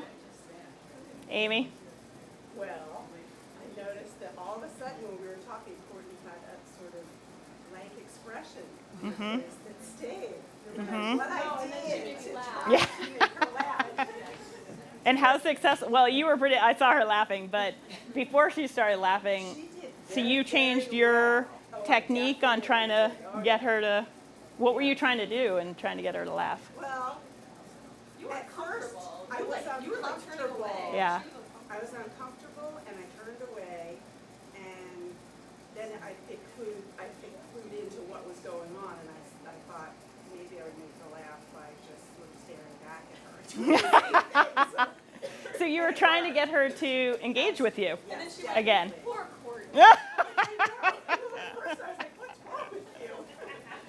So I'm going to show you guys a video of an experiment called the still face experiment, which is showing a child engaging with a parent, and then the parent has a flat affect, and you can see how disorienting it is for the child. So you think of ourselves as adults, and we're pretty comfortable. We've been here for a couple weeks now with each other, and I was watching people's faces, and definitely people were like, what's going on here? There's something weird going on here. I don't really know what's happening. And we're adults that have coping skills. We can ask questions, we can engage, we can make people laugh. And yet, if you get somebody who's not engaging with you, it's really disorienting. So we're gonna, yeah. But the IT guy, I was trying to set my laptop. Is he totally flat? Ma'am, Yeah. that instead of saying, can you hold a minute? Yep. Stand by. Yeah. So, Totally disengaged. And Totally. it's really not a very pleasant experience.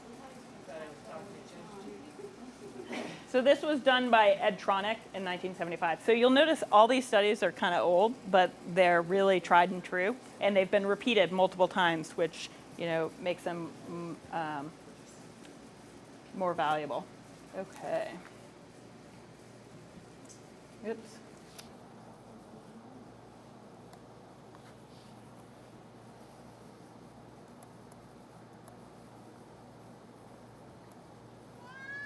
Oops. We're gonna watch. Oh, you want to hit the lights, Amy?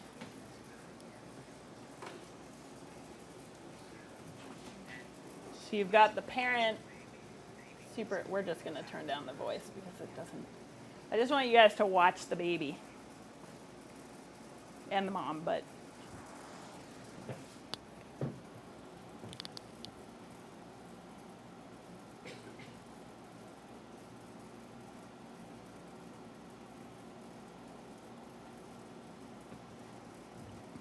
And then she turns away.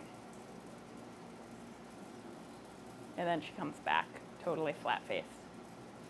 Now watch the baby.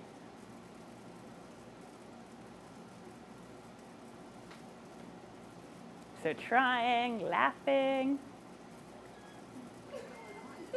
Yeah.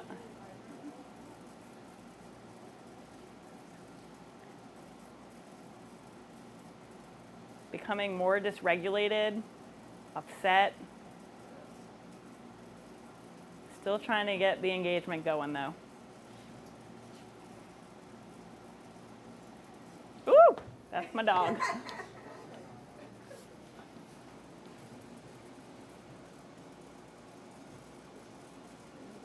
Trying to figure out what's going on. The relationship has changed. And now we're really breaking down. Really totally dysregulated. And then the mom comes back and is able to soothe, and the repairing is done in the relationship, and everything's good again. But with a child, with a parent who's using drugs or has maternal depression or is unavailable because of other life stressors, like how am I going to make the rent this month? This is what happens to the kids. They're not sure when they're going to get engagement, and consistency is really key to form a healthy attachment to a caregiver. The caregiver has to be present. And it doesn't mean you have to be present every single moment of every single day, because sometimes we're talking to other adults and you're not totally available to the child, but you have to have meaningful, consistent time with the child to be able to establish that healthy relationship, which then ultimately informs the child for their future relationships. That happens every day when parents come into the child care center, pick their kids up and they're on their cell phone, Yep. grabbing your kid, walking out the door, never even like. Exactly. Exactly. And particularly in this time where everybody's got the cell phone, everybody's got the iPads, whatever it is. And even being an early childhood mental health person myself, with the 2 4-month-old twins, sometimes I'll see myself playing Words with Friends on my phone when I'm supposed to be engaging with them. And I'm like, what am I doing? And luckily, they're both very vocal. And they'll start squeaking and yelling at me until I come back. But that's because I'm also thinking about it. I know I shouldn't be on the cell phone while I'm supposed to be having meaningful engagement with them. But I do it sometimes.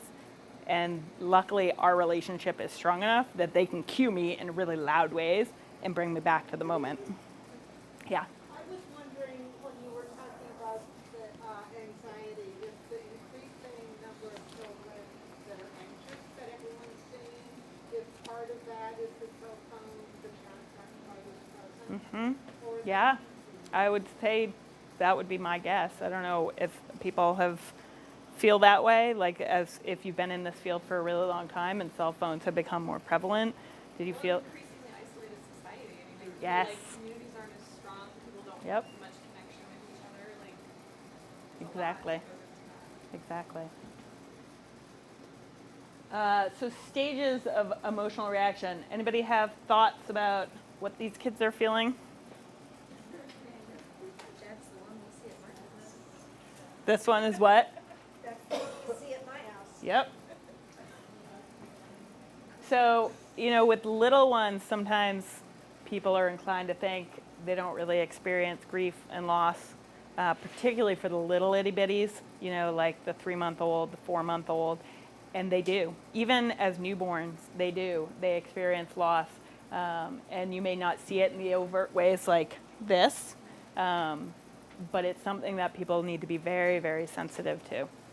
So there are. What happens with those infants that are removed and from the hospital? Yep. Come back to It's a trauma because they have been spending 9 months listening to that voice of the parent. And I think with DCF, it's constantly this battle of the trauma of removal.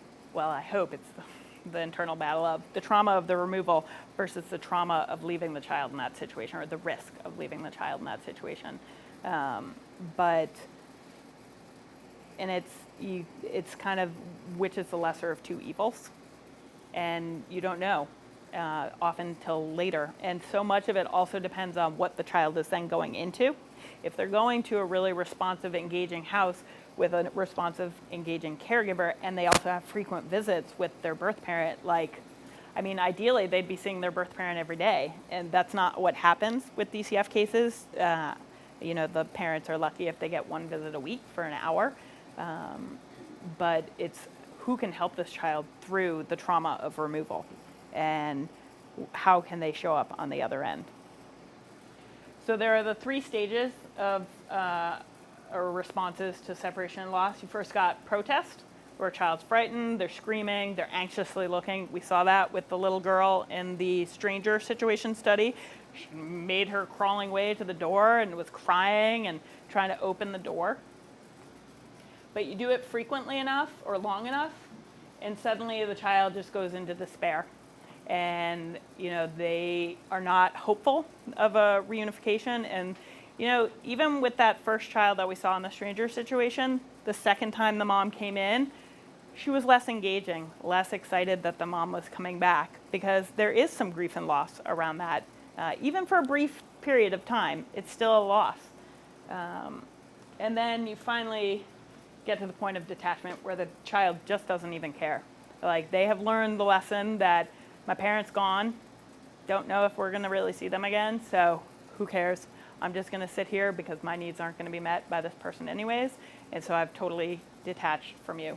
So there's a really interesting study from Britain, actually, and I unfortunately couldn't get the video of it, but a researcher named James Robertson, and he studied kids in the 50s in Britain who, when their mothers would be going into the hospital to give birth to the second child, the first child, the oldest child, would be left in a nursery program in the hospital for usually 10 days to 2 weeks. And the mother would occasionally visit, and the father, if they were around, would occasionally visit. And I don't even know if I could show you guys the video. It's so deeply upsetting to watch this little boy who's there for 10 days go through these 3 stages. And when he's finally reunified with his mom after 10 days, he wants nothing to do with her. He won't look at her. He won't engage with her. She tries to hug him, and he pushes her away.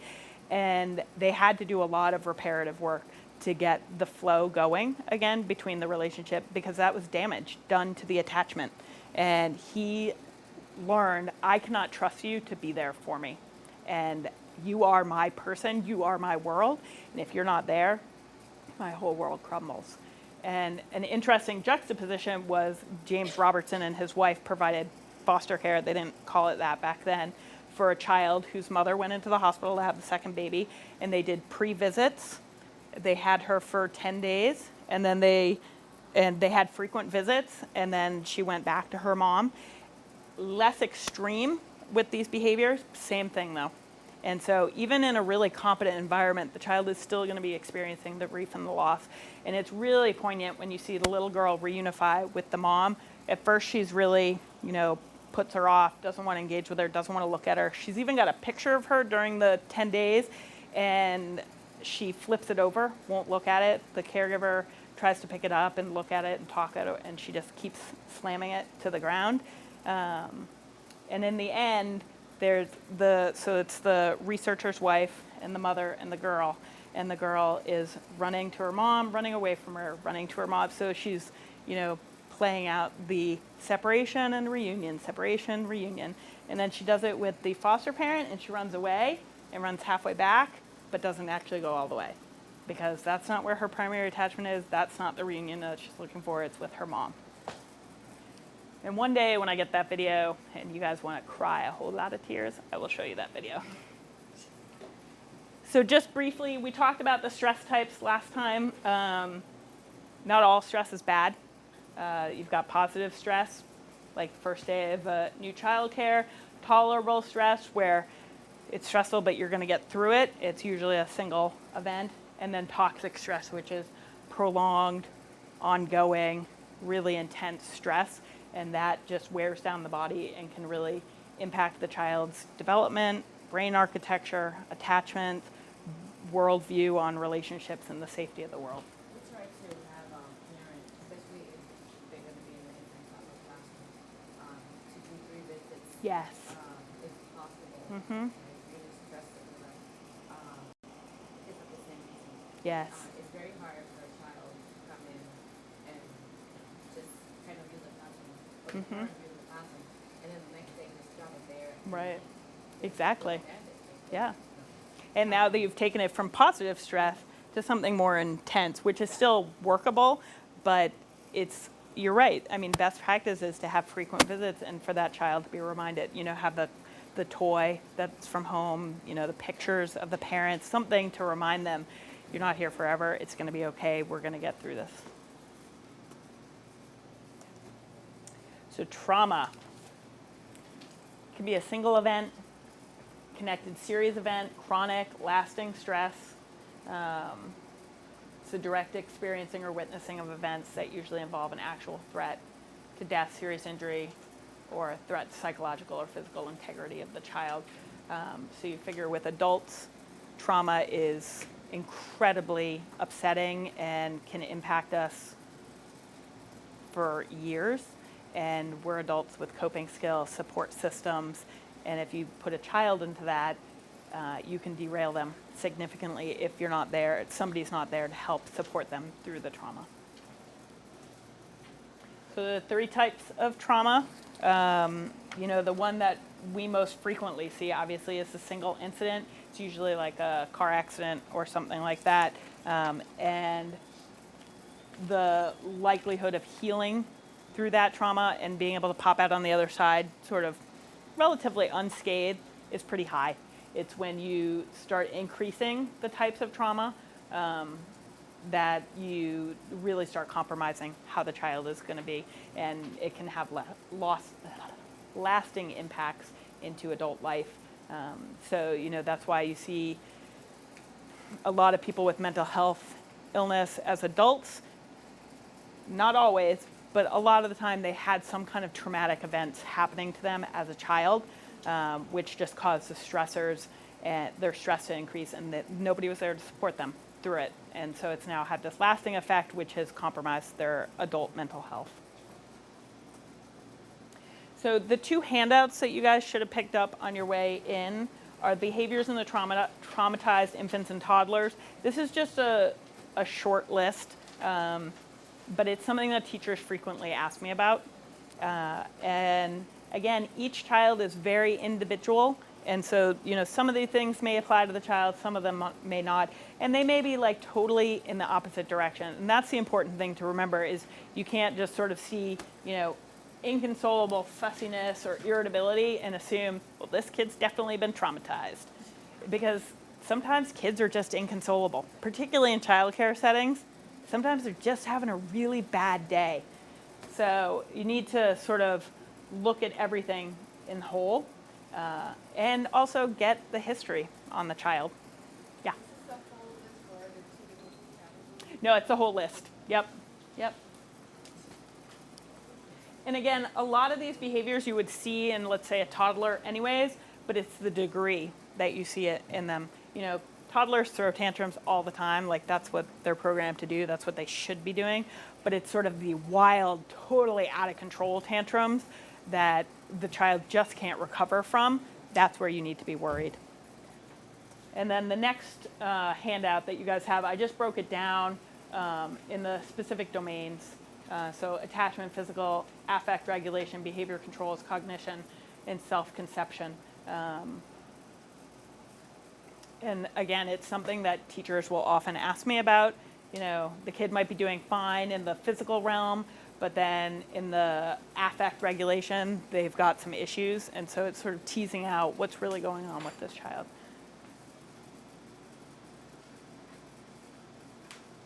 So there was a study done, adverse childhood experiences,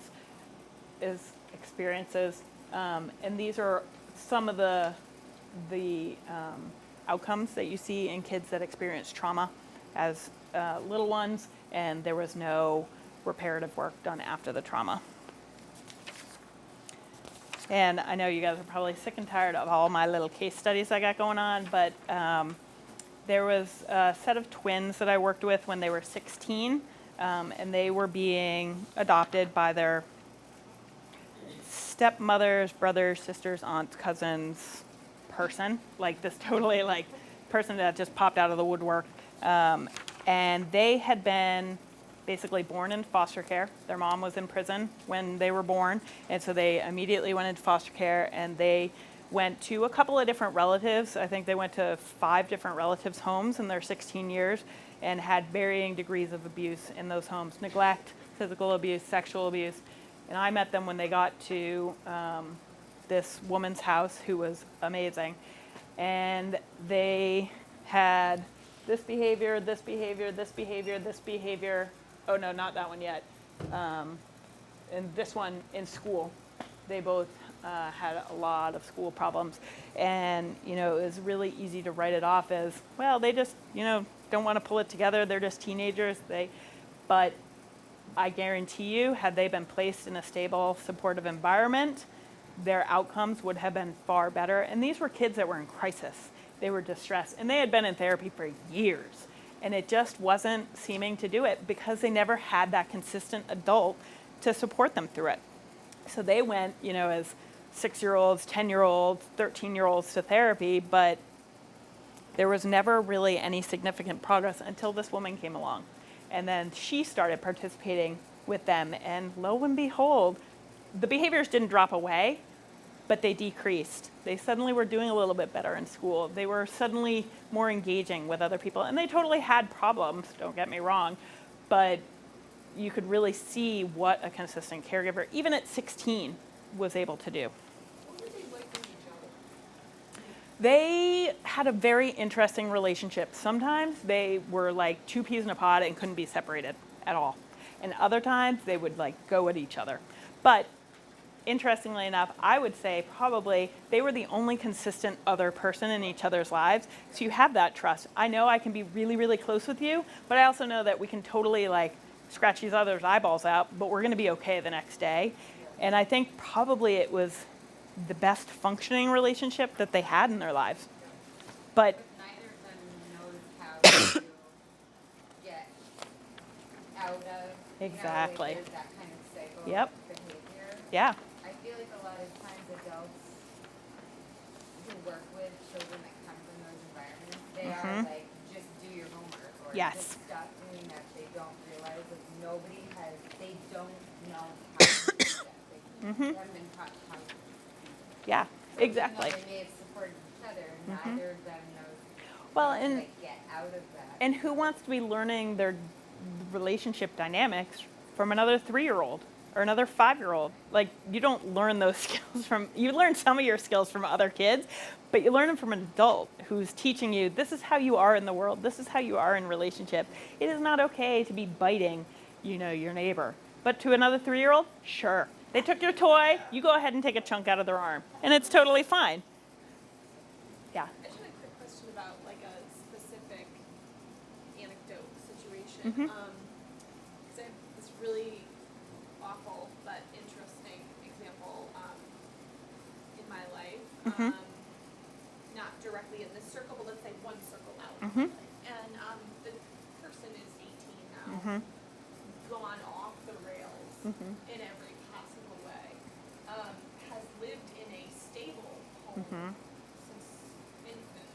toddler, that time with a grandparent. Mhm. But the mother of this child has 3 children, and the youngest brother lives with the mother, Mhm. the sister lives with the father, and this child Lives with the grandparent. due to a variety of circumstances, who's the oldest, lives with the grandmother. Yep. And the whole mythology is I was the only one that wasn't wanted. So there's like this incredible thing where it's just complete implosion. And I'm like really interested in that because I'm close enough with that to know how nurturing the grandmother is, and not knowing how to wrap my brain around why this child is imploding so much. Why it's just like complete Yeah. and utter. So for me, it's 2 separate things. So the experience or the relationship with the grandparent may be totally healthy and good, but then abandonment issues or being thrown away or not good enough to be selected by a parent is something totally different. And the good thing is, if this child has a secure relationship with the grandmother, that's a great person to try to work through some of the stuff in like a therapeutic setting where this kid can explore what's coming up for you, your rejection, your abandonment. And God knows how long he's been feeling this too, probably since he's known that there were siblings who were placed elsewhere. And what stories has he been telling himself? I'm not good enough. So, a secure attachment can take you so far, but then it's also the environment, the other aspects of your life.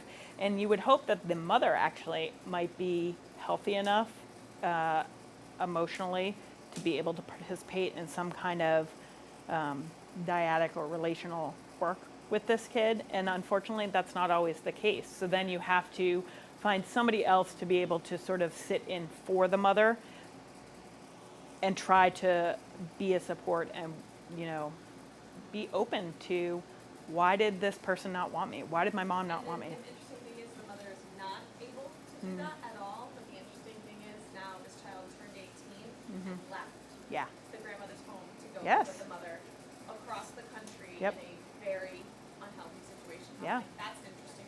But that's also fantasy, Yeah, you know? oh, yeah. It's all about, they didn't want me, but I'm going to make them want me. And I'm going to be out there, and it doesn't matter whether it's a total chaotic and crazy, damaging situation.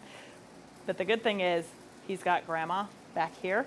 So when things do explode, as they will out wherever they are now, he can come back and he's got that person. Whereas the sibling that's with mom, that's their reality. This is sort of like almost like a visit, and then eventually he may or he may not come back. But I would guess that in a couple of years, things are going to simmer down and mellow out a little bit, and he's actually going to become a functioning adult. Because I don't know any 18-year-olds that are really functioning adults. But, yeah. But, you get like a 23, 24, 25-year-old, and I would guess this kid is going to become the most functional of all 3 of the kids. But it's just waiting it out. Yeah. Okay. Good job with the name Island. That's what detachment definition is about, right? Yep, exactly. The foundation. He's got a solid foundation with the grandmother. And yep. Yep, exactly. And it doesn't matter that the grandmother is not his biological mom in the sense of attachment, brain development, foundational building for social emotional health. But then you've also got this giant bubble on the side. That's all the stuff with the mom. And That's what keeps bubbling up for me during this whole training. Is like, why? because nobody wants to be, his grandmother could be the most stellar caregiver in the world. And in an internal sense, he may identify her as his mother, but she's not his mother. And that brings up all sorts of issues that he can't control also. So I know we only have 10 minutes left. So what protects a child during the trauma? We're going to do a super interesting, engaging activity on this one too, but we're not. But it's a good one to do with teachers, sort of thinking about what do they see as protective factors, because there are basically 3 things that help a kid through trauma. Well, there are many, many, many things, but protective factors, caregiver responsiveness, and resiliency. So this little chart here is sort of the different zones of protective factors. So you've got the internal stuff, the family stuff, community, society, and each one of those influences how a child is going to do in trauma. So if a child is living in poverty, they're going to have much more difficulty getting through traumatic situations because it's an added stressor. But you know, if they've got really involved parents that are supportive of them, even if they're living in poverty, that child is going to do far better than a child who's in poverty that has, you know, a parent with substance abuse issues or a parent that has maternal depression or parents who are not involved at all. So this is just a list of protective factors, and interestingly enough, these are also core things that develop positive attachment or secure attachment. And so if you have a secure attachment, you're going to have positive beliefs about yourself. If you have a secure attachment, you're going to believe that the world is a safe, predictable, fair place, relatively speaking. Well, I just keep thinking about Trayvon Martin, and I'm like, well, it's not really predictable or fair, but that's a whole nother thing. So, and capacity for emotional regulation. Where do you learn that from? You learn that from your parents or your caregiver, whoever your primary caregiver is. And so within the relationship with that person, the kids develop these protective factors. And that's the same with teachers also. Teachers help kids develop emotional regulation all the time, because otherwise the preschool settings would be total and utter chaos.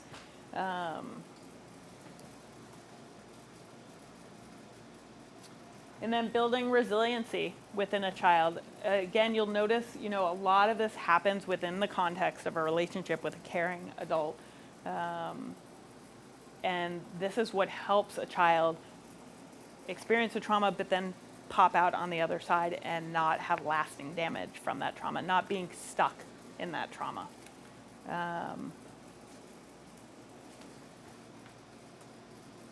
And the number one thing I would say is caregiver responsiveness. You know, caregivers may not be able to stop the trauma from happening, you know, a domestic violence situation, a car accident, war, but being there, they are basically helping the child carried through the trauma, get out on the other side and know things. Even though I went through this horrible experience, my worldview is not altered. I still think this world is ultimately a safe, good place, because that adult helped me through that, and that adult kept my worldview in the sense of, we know this is okay. We're going to be okay because we're here together.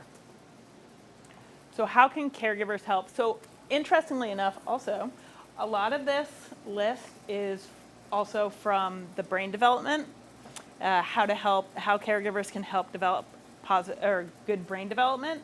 The ones that I want you guys to pay attention to in particular, though,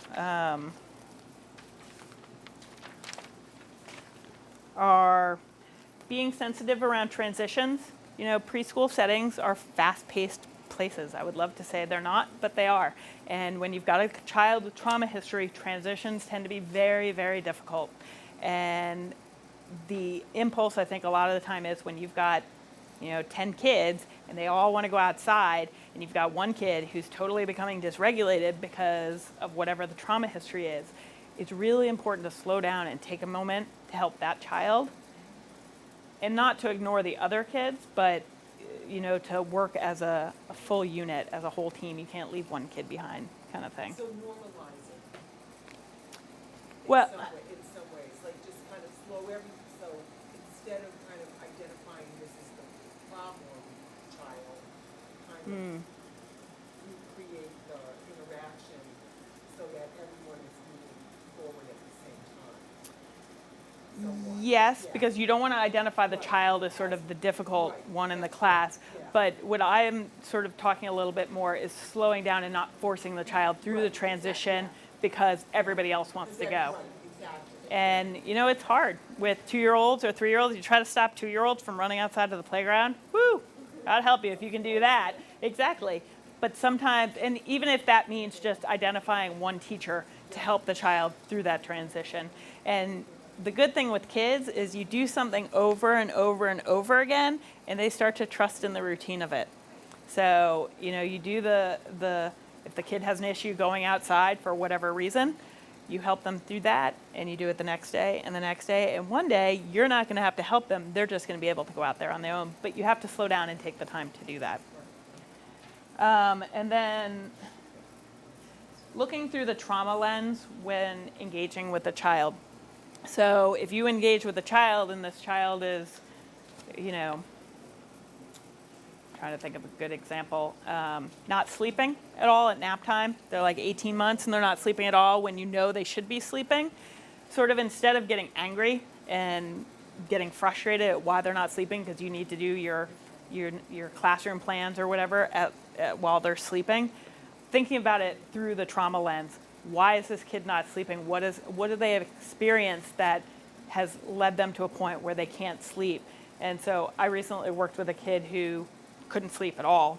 And what the teachers and I worked with was she was really hyper alert all the time because of ongoing domestic violence in her house. And so what we did was we put her on a cot near the teacher.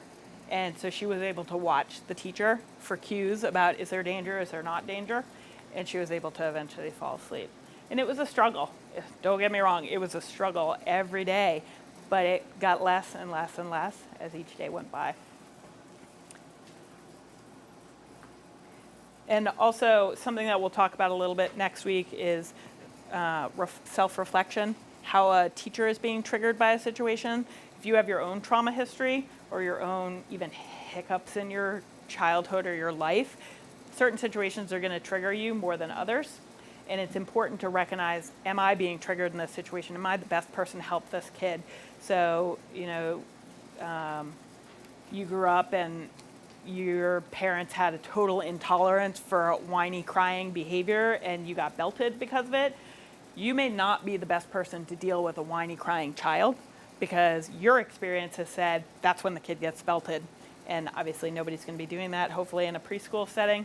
But it's, again, looking inside yourself and saying, what is this bringing up for me? What is this triggering in me? And am I the best person to help this child?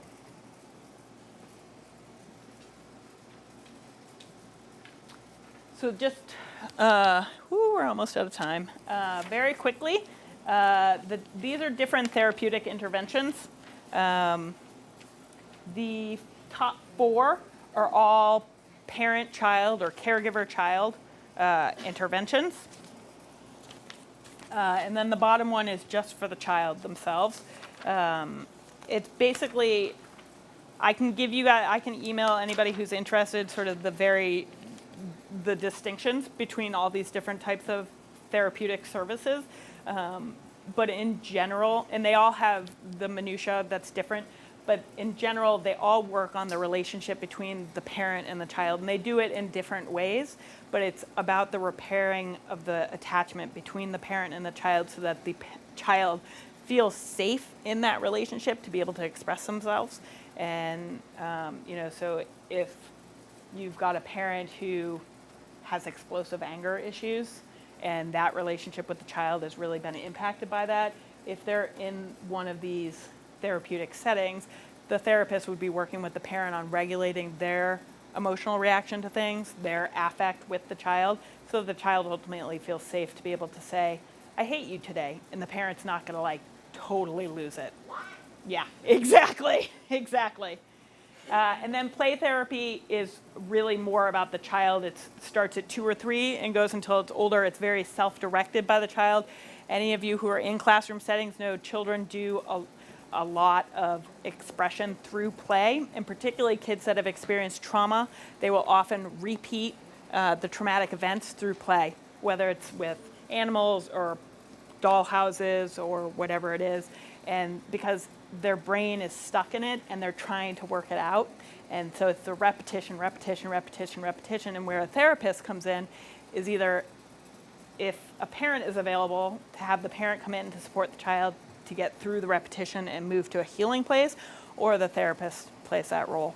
And so the child, with a parent, let's say a parent died, and so the child is constantly taking the parent figure in the dollhouse and putting them outside the house or behind the house, and it's helping the child to make the family whole again, even if the parent isn't around for that, something like that. So these are the different clinics in the area that help with the little ones, but it's really important if you're making a referral to ask to make sure that the clinician actually has experience in dealing with the 0 to 3 population and trauma, because not everybody does, and not everybody is appropriate to be doing therapeutic services with infants and parents or 2-year-olds and parents. What's CPP? CPP is child-parent psychotherapy. So it's on the previous page. Yep. So it's basically, it's about the relationship and working on the relationship between the child and the parent. And again, if anybody wants what? Yeah, it says C Oh, on sorry, typo, last night, 11 o'clock. And again, if anybody wants more specific definitions about the different types of therapy, just email me and I can just print them off for you.